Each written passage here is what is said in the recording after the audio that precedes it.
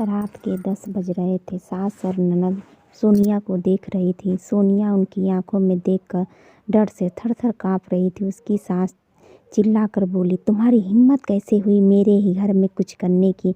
4 दिन भी नहीं हुए मेरे घर में आकर तुम और खुद को मालकिन समझने लगी हो। आने दो मेरे बेटे को, तुम्हारा हाथ पैर नहीं तोड़वा दी। मेरा नाम मेनका नहीं। आज क्या हुआ पता नहीं। सास जितनी निर्दयी थी उतनी ही निर्दयी अपने बेटे को भी बना रखी थी। एक नई दुल्हन अपने पति के घर आने का इंतज़ार करती, पर सोनिया वो तो उसके पति के राह भी नहीं देखती, क्योंकि वो अपने पति से बहुत डरती थी। मन ही भगवान से ये कहती कि वह घर ही न आए, पर जब तक उसकी पता नहीं आता तब तक उसकी सास खाना नहीं देती। वो निर्दयी उसकी सास ने रसोई घर में ताला लगा रखा। ऐसा क्या हुआ था कि मेनका सोनिया को इस प्रकार से दुख दे रही थी?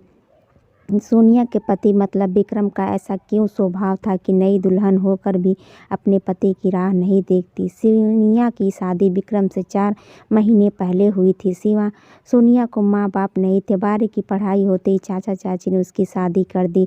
सोनिया की सारी जिम्मेदारियों से मुक्त हो गए। उसकी चाची ने उसका 5 फेरे का त्यौहार भी नहीं मनाया। उसकी शादी करके जिम्मेदारी से मुक्त हो गई। सोनिया के ससुराल में उसकी सास मेनका, पति विक्रम और ननद रेखा थी, जिसकी शादी पक्की हो गई थी। छोटा सा परिवार था। सुखी और शांतिपूर्ण गृहस्थ के सपना लेकर सोनिया इस घर में आई थी, पर सपना तो सपना ही होता है। हर समय सपना सच होना ये मुमकिन नहीं है। उनका भी सुख गृहस्थी का सपना तो सपना ही रह गया। सोनिया की उम्र 18 की पूर्ण हो गई थी और अजय 30 का था। दोनों के बीच में 12 साल का अंतर था। सास मेनका ने सोनिया के लिए 10 नियम बनाए थे। पहला, सुबह 4 बजे उठकर पूरे घर की सफाई करना, बाद में नहाकर भगवान की पूजा करना, बाद में रसोई जाना, हमेशा सर पे पल्लू रखना, सबसे पहले खाना ना खाकर मतलब सभी को खिलाने के बाद से खाना। ये सारे नियम मेनका ने सोनिया पे लागू कर दिए थे। सोनिया को ये नियम पालन ही करने पड़ते थे, पर अभी उम्र ही क्या थी उसकी। उस वक्त उसके हाथ से अगर भूल से भी हो जाती तो पति या सास फिर उसकी ननद उसको सज़ा देती थी। उससे मारने की भी कोई कमी नहीं रखते थे। उससे 5 साल बड़ी ननद रेखा उस पर हाथ उठाने के लिए आगे पीछे भी नहीं सोचती थी। शादी के 8-10 दिन हुए थे कि हर रोज़ विक्रम 8 बजे आ जाता था, पर उस दिन 10 बज गए थे। अब तब भी विक्रम आया नहीं था। सोनिया को बहुत ज़ोर से भूख लगी थी। उसने खुद के लिए थाली बनाई और रसोई में खाने के लिए बैठ गई। अभी पहला ही निवाला मुंह में डाली थी कि तभी उसकी सास ने देख लिया। उसकी सास उस पर चिल्लाई, ओ सोनिया, ये सहन नहीं हुआ। तभी सोनिया बोली, ये अभी तक नहीं आए, मुझे बहुत जोर की भूख लगी इसलिए मैंने खाना खा लिया। सास कुछ बोलने वाली थी, तभी रेखा आगे आई और सोनिया को चाटा मार दी। तुम्हारी हिम्मत कैसे हुई मेरे माँ के सामने बोलने की? तुम्हारे घर में तुम्हें खाना नहीं मिलता क्या? मेरा भाई तुम्हारा पति है, उसकी राह नहीं देख सकती क्या?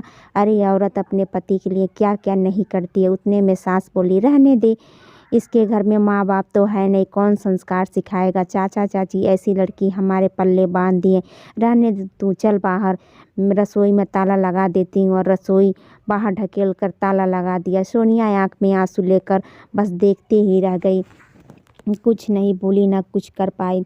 11 बजे विक्रम घर आया। तभी मेनका और रेखा ने मिर्च मसाला लगाकर सोनिया के खिलाफ विक्रम को भड़का दिया। वह तो माँ का भक्त था ही।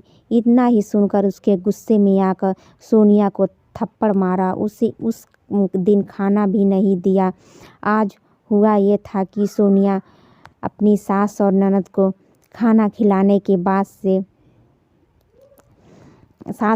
खाने के बाद से रसोई में ताला लगाने से पहले सोनिया ने जल्दी से रोटी अपने पल्लों में बांध कर रख ली। जब माँ बेटी खाना खा ली और सोनिया को बाहर निकाल कर रसोई में ताला लगा दी और तभी दोनों अपने रूम में आराम करने के लिए निकल गई। उसने पल्लू से बंधी हुई रोटी निकाली और वो रोटी वैसे ही बिना सब्जी के खाने लगी। रोटी खाते खाते उसकी आँख से आंसू बह रहे थे। उसका स्वाभिमान इस बात के लिए रजामंदी नहीं दे रहा था, लेकिन सोनिया क्या करे, वह मजबूर थी, भूख से लाचार थी। ठीक उसी समय उसकी सास ने उसे इधर कोई काम के लिए आई और सोनिया को रोटी खाते देख ली। बस अब क्या फिर तमाशा चालू हो गया। और उस वजह से सोनिया भगवान से प्रार्थना कर रही थी कि विक्रम आज घर ही न आए, क्या पता आज वे क्या करेगा। शादी के बाद इनके ही सामने खाना खाया था, तब भी थप्पड़ मारा था, पर आज तो रोटी चुरा के खा ली है। थोड़ी देर बाद विक्रम घर पर आया तो सोनिया का दिल जोर जोर से धड़कने लगा। डर के मारे पसीने पसीने हो गई, पसीने से भीग गई। कुछ ही मिनट बाद अचानक से विक्रम का जोर से आवाज़ आया, विक्रम जल्दी बाहर आओ। सोनिया डर के मारे कांपते हुए बाहर आई। देखा तो सास अब भी शेर की तरह सोनिया को घूर रही थी और ननद मन ही मन मुस्कुरा रही थी। और विक्रम, उसकी आंखें खून के जैसे गुस्से से लाल हो गई थी। जैसे ही सोनिया विक्रम के सामने आई, उसने उसके बाल को पकड़कर जोर से ढकेल दिया। सोनिया बहुत जोर से चिल्लाई, तेरी इतनी हिम्मत हुई कि तू अपने ही घर में चोरी करती है? रुक, तुझे मैं अभी दिखाता हूँ। बोलते बोलते विक्रम ने अपने कमर का बेल्ट निकाला और सोनिया को मारने लगा। सोनिया जोर जोर से रोती और दर्द से चिल्लाती हुई उससे माफ़ी मांग रही थी, लेकिन विक्रम उसे मारने के सिवा कुछ और नहीं कर रहा था। पर उसके पति को और उसके घर में रहने वाली 2 औरतों को उस पर थोड़ी भी दया नहीं आई। उन दोनों ने ये बिल्कुल भी नहीं कहा कि रहने दो विक्रम, क्या हो गया, रोटी अगर खा ही ली तो। सोनिया को सहन नहीं हो रहा था, तभी उसने विक्रम को धक्का दिया और घर के बाहर भाग गई। तभी, अरे पकड़ो इसे, बाहर कहाँ चली गई, सास विक्रम से बोली। तभी विक्रम बोला, जाने दो माँ, भाग भाग कर कहाँ जाएगी, कहाँ उसे पालने के लिए उसके मायके वाले हैं जो उसे संभाल लेंगे, आएगी वापस घूम के यहीं पर, जाने दो उसे, पहले मुझे खाना परोसो, मुझे बहुत भूख लगी है। विक्रम का बोलना सुनकर सास ने विक्रम को खाना दिया और आज भी सभी खाने के लिए बैठ गए, पर सोनिया की याद किसी को भी नहीं आई।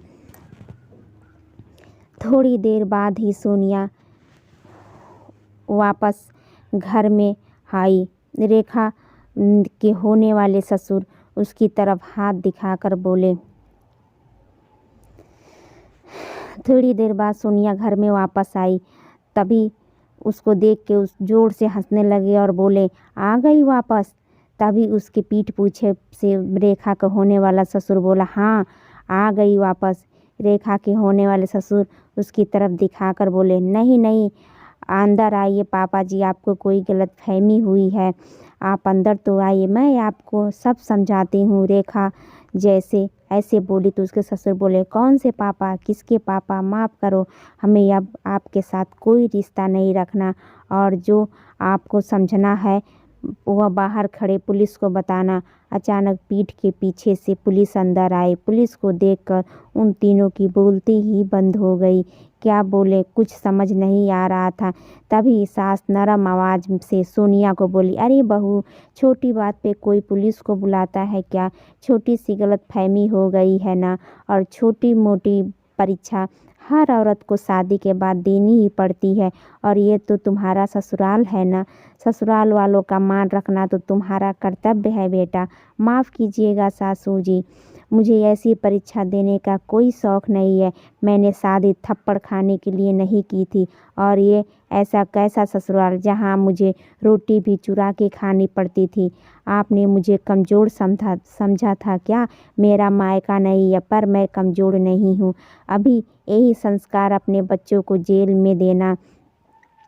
अंत में पुलिस ने उन तीनों को पकड़कर जेल के अंदर डाला। रेखा की ससुराल वालों ने शादी भी तोड़ दिया और सोनिया को एक स्वयं सेवक संस्था ने आगे जाने का मार्ग दिखाया। सोनिया संस्था के साथ काम में लग गई और उसी के साथ लगने लगी, हर करके लोगों को घर में होने वाले घरेलू हिंसा के बारे में जागरूक फैलाने लगी।